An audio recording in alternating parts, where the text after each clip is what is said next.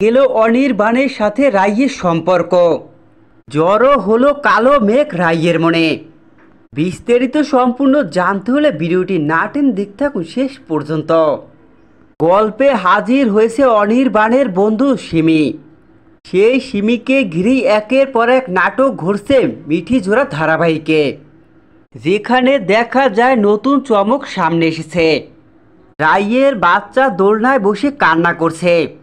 এর জন্যই রাই রেগে তার সন্তানকে বলছে, সারা দিন এত কাঁদিস কেন, একটু শান্তি দিতে পারিস না। এরই ভিতরে অনির্বাণ চলে আসে।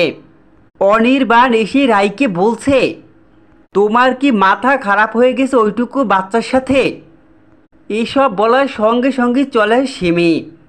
সিমি এসে অনির্বাণকে বলছে, আমার মনে হয় রাইকে ডাক্তার দেখানো উচিত। তোর ওয়াইফ যদি এমন হয় তাহলে তোর মেয়ের কি হবে? আর তখনই দেখা যায় অনির্বাণের মা রাইয়ের সন্তানকে কোলে নিয়ে বলতে লাগে, কেন তুই সামলাবি এই বলেই সিমির কোলে দেয় রাইয়ের কন্যা সন্তানকে। এমনকি অনির্বাণের মা বলতে লাগে, আজ থেকে আমার নাতনির মা হয়ে উঠবি তুই। অনির্বাণের মায়ের কথাগুলো শুনে আবেগে কান্নায় ভেঙে পড়ে রাই। রাই কিছুতেই কষ্ট সামলে রাখতে পারে না। তো বন্ধুরা, তাহলে অনির্বাণ ও রাই কি হতে যাচ্ছে দুই দেশের দুই বাসিন্দা, তোমাদের কি মনে হয় কমেন্ট করে অবশ্যই জানাও।